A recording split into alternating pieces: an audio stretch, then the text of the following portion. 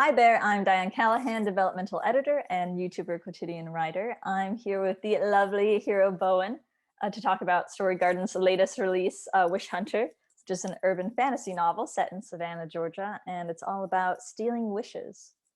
And we all know that it's really hard to have a truly original idea. And really, I think that storytelling is just like taking different ideas and just putting them together in like a new combination. I think that's the definition of originality, is really just combining familiar things rather than just bringing something out of nowhere. But Yeah. yeah, I think the three of us, Jordan, Hero, and I, we've really have done some cool things with Wish Hunter when it comes to urban fantasy. So, but I wanted to talk about like the genre as a whole. Like first off, like what things in the genre come to mind for you as far as like books or TV shows or like movies, or what stands out? So much. So one of my, they're not guilty pleasures. Pleasures shouldn't be guilty. One of my like biggest sort of hobbies, I guess, is I watch a lot of Korean drama. Mhm. A lot of those are urban fantasy, like whether it's a mythical being that's sort of integrated into society, or like a really old mythical being who's seen all time pass and is trying to like adapt to modern life and time travel, things like that. There's so many of those. There's like Goblin, which is my favorite one. That's like really, really, really well known. So good, so good. And then I'm watching one at the minute that's called Doom at Your Service, which is tremendous. But they deal with it really well. Like it's quite a big thing in a lot of their TV shows. Um, so they're very good. Watch any of them, and they're good. We've got a lot in the UK that are really good. Being Human, but it has to be the UK version. Has to Yeah, be the UK version. The Fade is very good. what's That that only one had about? one. That one's about like sort of underworld creatures that are trying to take over, and only certain people can see them. And the thing is called the Fade. Mhm. That only got one series, but it deserved many more series than that. Misfit. I don't know if there was a US version of that, but UK Misfit, very good. It's got the guy from Umbrella Academy in it, Doctor Who, and then there's other ones like like Buffy and all those Yes. things. Not UK. Yeah, I was yeah, just thinking, yeah. Yeah, because it's kind of like it makes me think of how like urban fantasy is kind of like a nebulous concept of what. Because mm, I mean, some stuff when I think of urban fantasy, I'm like, well, it's not really urban. Like there's stuff that's yeah, like suburban or rural fantasy. But I think yeah, it's that like contemporary setting, like the real world plus this one other thing is different. yeah. Although it's like by that definition, is like is Harry Potter urban fantasy, or is it like I guess it must be right. yeah, like in a sense, because I think like the very nowadays the definition of urban fantasy is very much tied up with like paranormal fantasy, where it's Yeah, like vampires and there's like a yeah, city setting and you're hunting monsters. Like mm, that's very much the urban fantasy vibe. Or there's like yeah, the southern gothic of like witches and things like beautiful yeah, yeah. creatures has that. But I think of anime a lot because that's anime has that as well, where it's like it's a contemporary setting, but then Yeah. there's this thing that's like a bit different, like well, I guess Mm. yeah, Inuyasha is like portal fantasy. She goes through a well and she goes to like medieval Japan. But Yeah, I think it's quite big in Asian culture because we've yeah, got a lot of creatures and a lot of legends and myths and stuff that it yes, all sort of feeds into. yeah, it does. Yeah, because it's like yeah, around the one half is like takes place in the real world, but then like he turns into like a woman when he gets like water splashed on him. So Yeah, because he like fell into like a magical spring, and that did that. And yeah, there's other people in that too, where they also have this transformation or fruits basket. It's like it's based on the zodiac, and yeah, there is like when any of them are like hugged by the opposite gender, I think it turns them into their zodiac animal or something, ah, and that's the yeah. So it's like stuff like that, because you're right, it is very much like it's more common there, and it is the type of fantasy I enjoy the most, is like that sort of like I like secondary world fantasy too, but like where it's like all takes place in this other world. But I think I really like the real world plus this one yeah, thing different. And then mm, some of them it's like, yeah, Doctor Who is like technically is it sci-fi, yeah, or I don't really I don't know for I was sure. thinking about that one. I was like, that is definitely science fiction, but there's episodes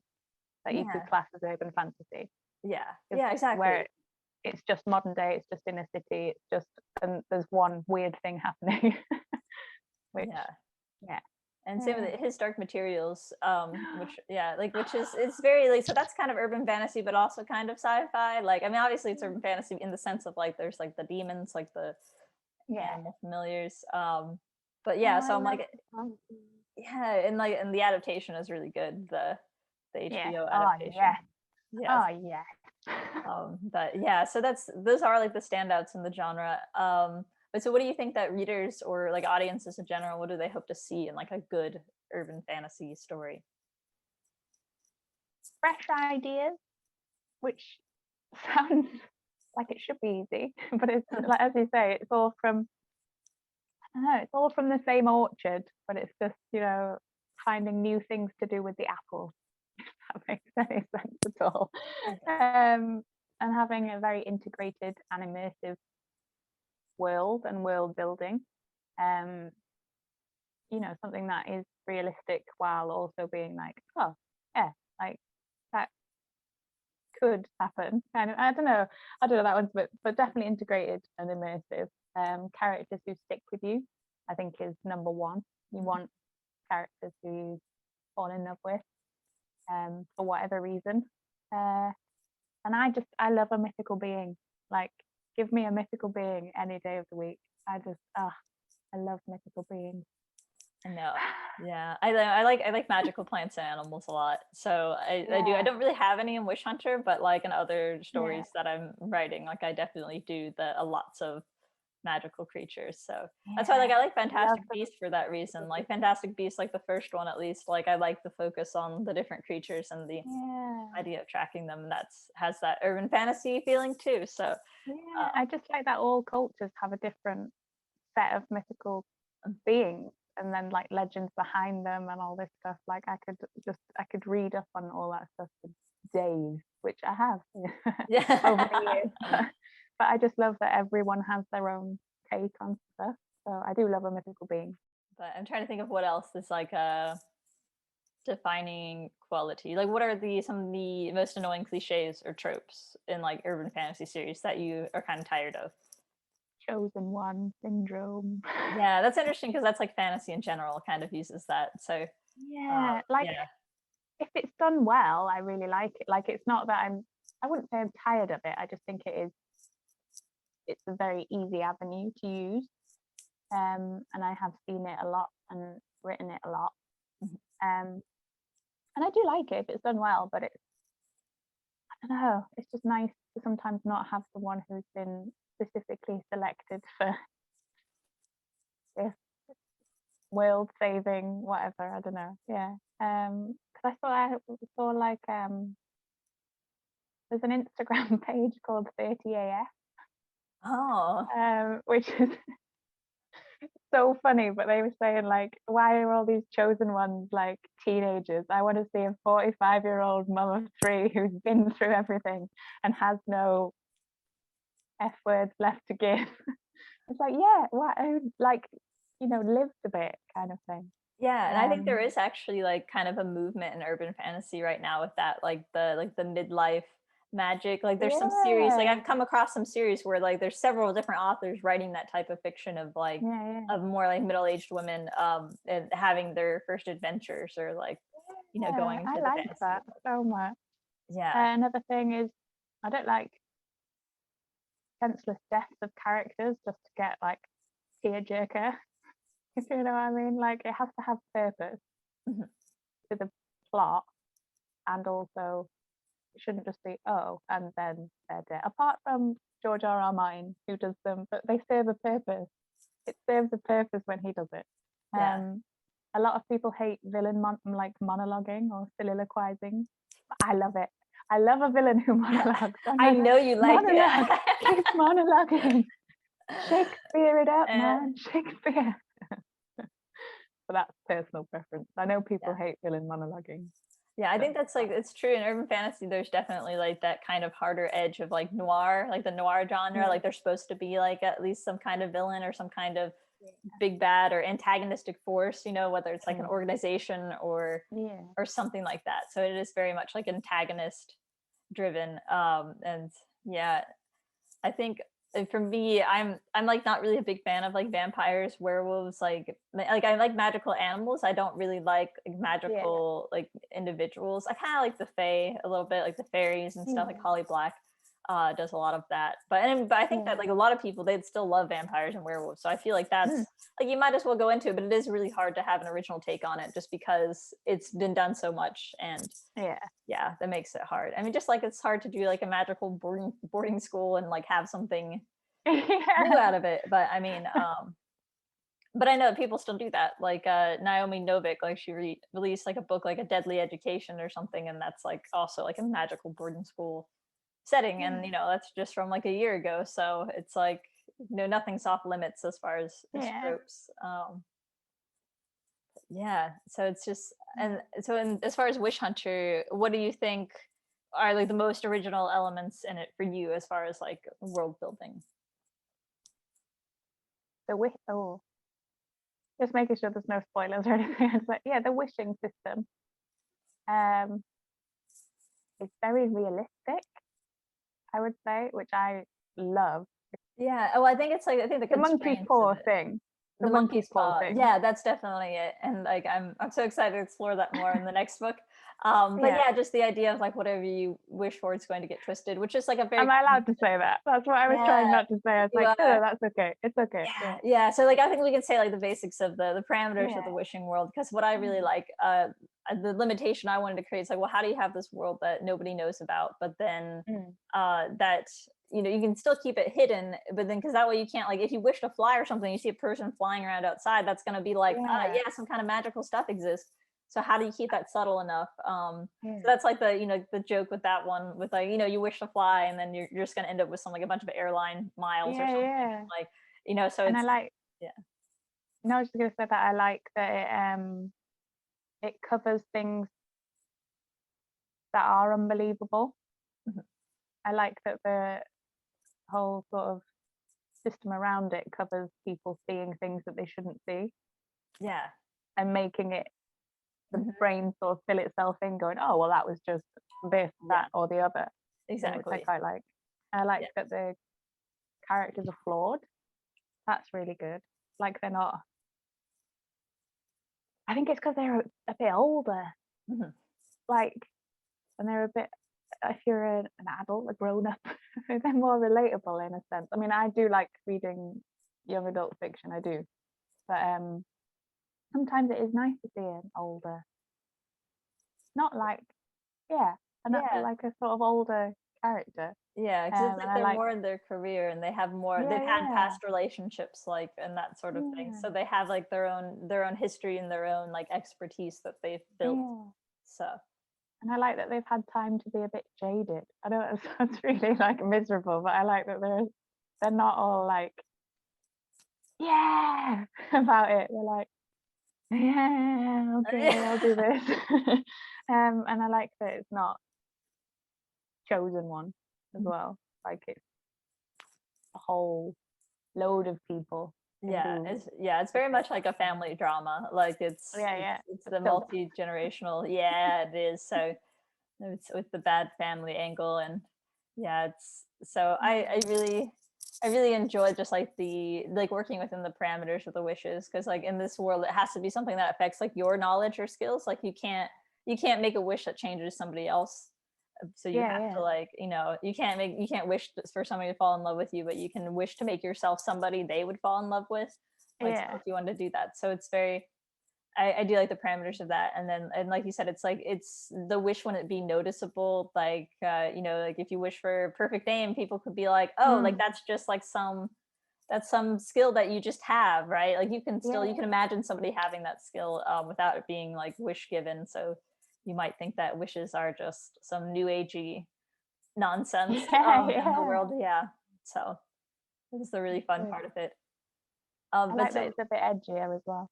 Yeah, I know. So, and I mean, like urban fantasy, I think it has like a lot in common with noir and like mystery, and like, and I was trying to like, there's like definitely mystery components in Wish Hunter, but I didn't want it to be like a straight on like murder mystery. But Yeah, so it is like I do like to have, yeah, the sort of mobster vibe. Like I definitely see it as like a mob story as well. So like Yeah, that's yeah. the family Wish drama and the mafia. mobs. Yeah, Wish Mafia. It's definitely so. But so how do you personally approach writing in urban fantasy as opposed to the other genres that you write? I don't know. It's a mystery. It really is. So with fantasy, it's like literally the only way I can. I mean, obviously, I have to look over the outline and know the characters, and all of the groundwork has to be laid. But once I start writing, and this is going to sound really like, I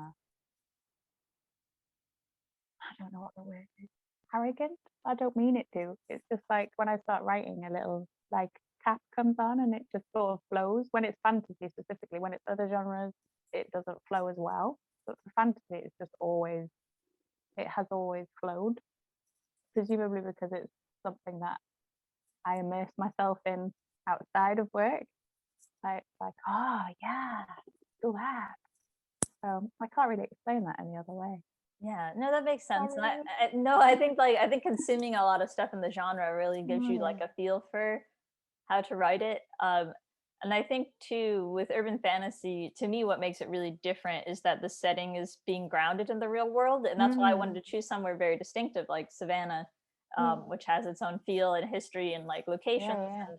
and versus like other books like those they're set in like Chicago or New York City or wherever else, and so like and those add their own like flavor to the story. So like choosing the setting and having that really like bleed into the story. Yeah. So like Savannah is definitely a character in and of itself. yes. Like the place is definitely as much a character as anyone else. And I did a lot of research on Savannah before starting this book, and I loved every minute of it. Like I went on all those little, I went on so many like interactive tour things, like just the little, yeah, they're just little video tour things. But yeah, I know. So hopefully after I we love finish it. the trilogy, we can like bring you over and you can come visit Yeah. Savannah with us. That'd be so fun. So yeah. I think it's another thing. Like I wish we could have done that like before writing the series, because I I think like if you're know. doing urban fantasy, like doing that, you can actually do like field research and do that. Like, and I think so the Yeah. setting does really play a big role in making it feel more like it can make a story feel like more original, more interesting if you change up the setting. And I mean there's even historical like urban fantasy, like Cassandra Clare does some kind of like sort of that Victorian style like urban Yeah. fantasy. But yeah, so it's Yeah. yeah, Yeah, it's because I had to sort of rely on. So my sister worked there for a while as a doctor in Savannah. I just had to rely on her like accounts of it all, as well as all the research of the video tours and everything, because she had like quite a detailed account of it. So I was like, oh, so what was it like? What did you feel like? Was it like, what was the weather like? Was it this? Was it that? And what were the people like? And so she was just like telling me all this stuff. So yeah, it's kudos to her. Thank yes. you to my Oh my god. sister. But yeah, yeah, Yeah, is there I any like other this book. yeah, good as you should, I as love you this should. book. I love it. Please read it. Please go read this book. But yeah, I mean, we have like I think one of the biggest compliments that we've really gotten is like that it feels different from other urban Mm, fantasy. So that makes me feel good about it because it's like, oh yeah, so finally like an urban fantasy that's not about the yeah, usual suspects and like and I like tropes and urban fantasy and things like that. But mm, then I think it's really nice to read something and have it be very unusual. Like the urban fantasy, like I feel like that directly inspired this was Daughter of Smoke and Bone by Laini Taylor. mm, Because it has like resurrections and things involved, and there's like yeah, you can use teeth to make wishes. And so that's the thing. So it's that idea of like those kind of components. And I think that the beginning of the story takes place in Prague as well. So there's all those elements. It's like, oh, here's this yeah, yeah, unique world building, and there's also unique magical creatures, and there's this unique setting, and then that all kind of combines together. And that to me is what yeah, makes like that really just fantastic urban fantasy. Yes, delicious yeah. urban fantasy. Delicious. So I love yeah, it. So if you want to read about the hidden underworld of buying and selling wishes, you can read Wish Hunter with our buy links below. Yay! And so we can't wait to show you more of the stories that will bloom in our story garden.